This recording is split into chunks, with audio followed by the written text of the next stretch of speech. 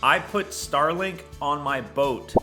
Now I should have high-speed internet access while fishing offshore. In this episode, we're gonna put it to the test. I'll show you how to set it up. We'll go over how much it costs. And I'm going to live stream a fishing episode with it right here on the South Florida Fishing Channel. Will we get high-speed internet over 15 miles offshore? Let's find out. Let's go! This right here is Starlink, satellite internet, and we're gonna stick it on the top of my boat and do some live streaming, fishing on this video. It seems pretty simple to set up. It comes in this box, ready to go. Starlink, we got Elon Musk in the house, and these are the instructions.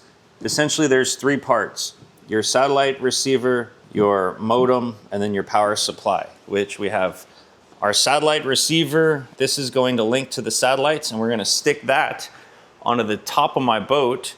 Then there's a long cable here going into the router, or the modem, or the router. This is what your phone connects to, and whatever devices are gonna connect right to this. And the third part is the power supply, which plugs right into the wall. Or in our case on the boat, we're gonna have a power supply on the boat, which I'm gonna show you in a second. But that's it, that's how easy it is. It's basically plug and go. My satellite dish is the regular version. They also make a mini version, which is much smaller. It's only about that big. From all the tests I saw online, the slightly bigger satellite receiver is on average 20% better, stronger signal.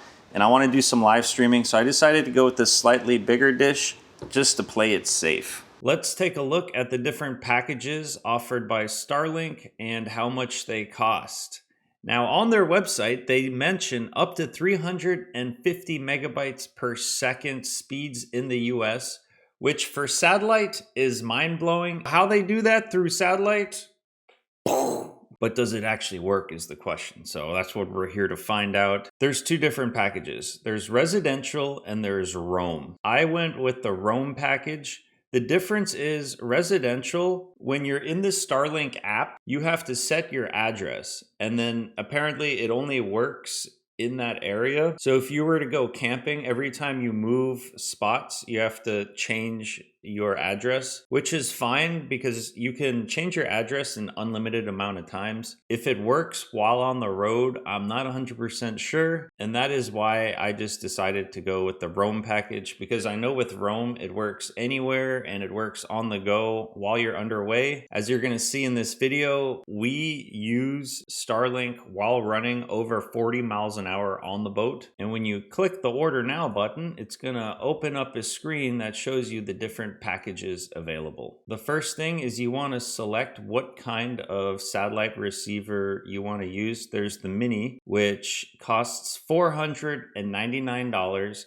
And then the roam package at 50 gigabytes starts at $50 a month. 50 gigabytes a month might be enough for you. I have done 3 live streams this month and I have used 15 gigabytes. I did a 2-hour live stream, then a 4-hour live stream, and then a 3-hour live stream. So that's 9 hours of live streaming, and it took me about 15 gigabytes, a little under 2 gigabytes per hour of live streaming. I don't need more than 50 gigabytes per month, even with live streaming. You can go with the unlimited plan, which is $165 a month. If you have a big family and everyone's on their phone and you're all watching Netflix and streaming and everything, you might need the unlimited package.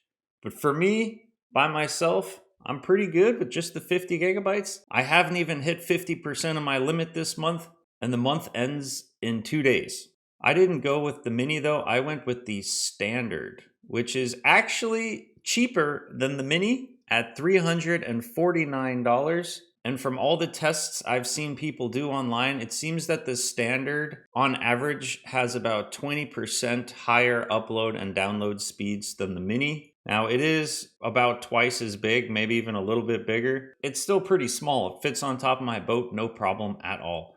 Then there's the performance package. This is much bigger and it's $2,000. This is definitely more of a permanent setup, maybe on the top of your house or if you have a big RV. However, I think standard or mini are all going to work just fine. What do I think about these prices? $350 and then $50 a month for satellite, high-speed satellite internet. These prices are crazy. If you would have told me about this 10, 20 years ago, I would have never believed you. But here we are. Technology, baby. It's crazy. If you use my link to buy Starlink, Elon Musk will give both of us a free month of high-speed satellite internet. I'll link it in the description below for easy clicking. So far, I've had it strapped to the top of my boat for just about a month in the hot Florida sun. It's been stormed on, rained on, splashed by salt water. Many fishing trips where I'm heading over 40 miles an hour offshore into the waves. It's taken a beating and it's still working like it did on day one. Now let's get into the installation and performance. We got the boat in the water, and if you can tell, there's the Starlink satellite dish. I put it on the top of my boat. I just have it zip tied down for now. I want to test it before we do anything more permanent, but check it out. We got a double rainbow in the background. That's got to be a good sign. It's probably going straight up to the space Starlink satellite machines. But we got a storm kind of brewing and coming towards us, which is a good test, because I don't know if you can tell, but there's some water droplets that have formed on the top of the satellite dish because it was raining a little bit a minute ago, and I just have it zip tied down. Nothing serious. It's basically just barely hanging on the top of my boat. The question is, how is it going to perform? So we have the cable going from the Starlink down, and there's our modem, which we're going to try to connect to in a second and see how fast our internet speed is. And there's the power, and the power is connected to this power station right here. And you can see we have it plugged in to our power station. We can see that the satellite receiver is drawing about 44 to 47 watts of power. The Starlink Mini uses a little less power, around 36 to 38. But because we do have the bigger satellite dish on top, it uses a bit more power, but not much, and hopefully it'll be worth it. And we get a nice clear signal. I'm not sure if these massive storm clouds forming around us are gonna impact the signal at all. Wait, why don't we find out? We're gonna open up the Starlink app. You can see it's connecting. It says we're online. Software is updating. And this is the second time I'm ever turning this device on, so it's got to update. See, 82%, 83%, 85%. Well, I'll just let it finish updating, and then we're going to run a speed test. It finished updating, and it now says we are online, and we're going to do a speed test. I just set up my laptop, my webcam. I got an external mic. We're going to try to live stream on the boat while we're fishing. But first, let's see how good the signal is. Where's the speed test? Push the start button. For live streaming at 1080p, you need about, I would say, 8 megabytes per second upload speed to be on the safe side. Download speed is 57 megabytes per second, and our upload speed is 34, 35, 33 megabytes per second. That is more than enough to live stream. So we can live stream off the dock, no problem. But what happens if we're underway, we're moving, and we're further offshore? Let's find out. I'm gonna start the live stream right now. All right, we are currently underway, and you can see we got a live stream going. Apparently, the audio is good from what everyone in the chat is saying. The image quality is good. I'm pretty stoked. We are moving at about maybe 8 miles an hour, and the stream seems to still be doing good. How will we do when we go faster is the real question. We're going through the mangroves. All right, we're gonna do about 30, 34 miles an hour now. I'm gonna hold the laptop so it doesn't blow off the boat, and we're gonna see how the signal holds up. I'm a little nervous. Oh, It's hard to hold. 30 miles an hour right now. 35 miles an hour.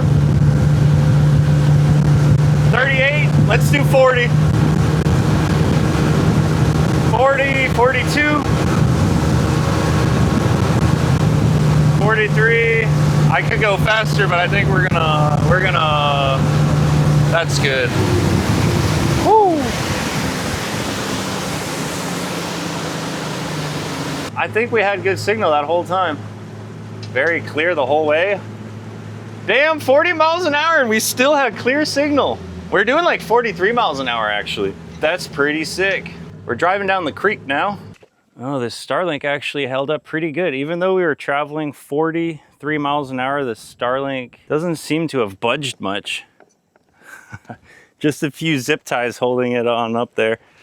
I'm impressed. You can watch this fishing live stream on my YouTube channel, but I accidentally recorded this in 720p instead of 1080 high definition. Same with this live stream. But my latest live stream, I recorded in high definition. Here's a clip of that live stream I pulled directly from YouTube. And yes, I got pulled over by the FWC during my live stream. Classic.